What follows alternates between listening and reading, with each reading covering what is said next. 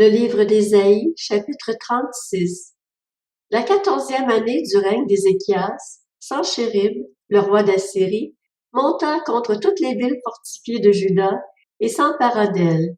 Le roi d'Assyrie se trouvait alors à Lachis. Il envoya à Jérusalem vers le roi Ézéchias Rabshakeh avec une puissante armée. Celui-ci s'arrêta à l'aqueduc du réservoir supérieur, sur le chemin du champ du teinturier.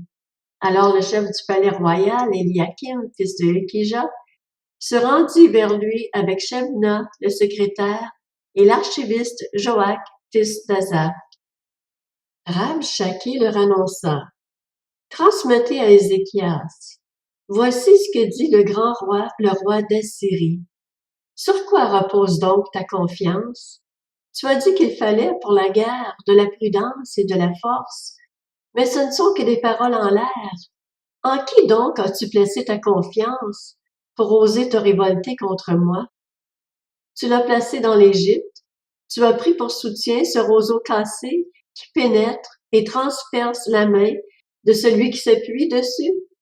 Voilà ce qu'est le Pharaon, le roi d'Égypte, pour tous ceux qui se confient en lui. Peut-être, me diras-tu, c'est en l'Éternel, notre Dieu, que nous plaçons notre confiance. Mais n'est-ce pas lui dont Ézéchias a fait disparaître les hauts lieux et les autels en disant à Juda et à Jérusalem: Vous vous prosternerez devant cet autel à Jérusalem? Maintenant, passe un accord avec mon seigneur, le roi d'Assyrie, et je te donnerai 2000 chevaux, si tu peux fournir des cavaliers pour les monter.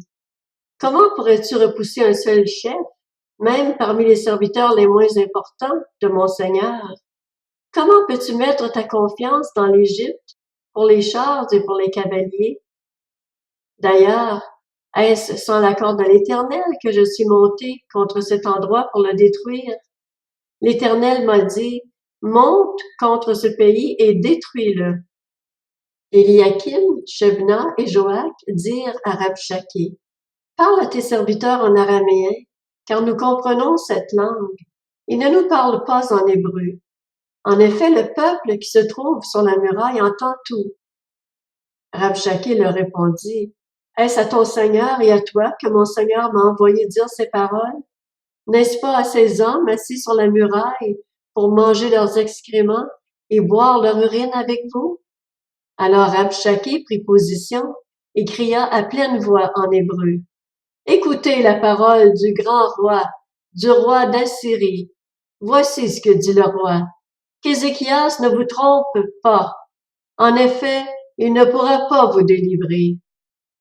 Qu'Ézéchias ne vous amène pas à vous confier en l'Éternel en disant: L'Éternel nous délivrera et cette ville ne sera pas livrée entre les mains du roi d'Assyrie. N'écoutez pas Ézéchias, car voici ce que dit le roi d'Assyrie.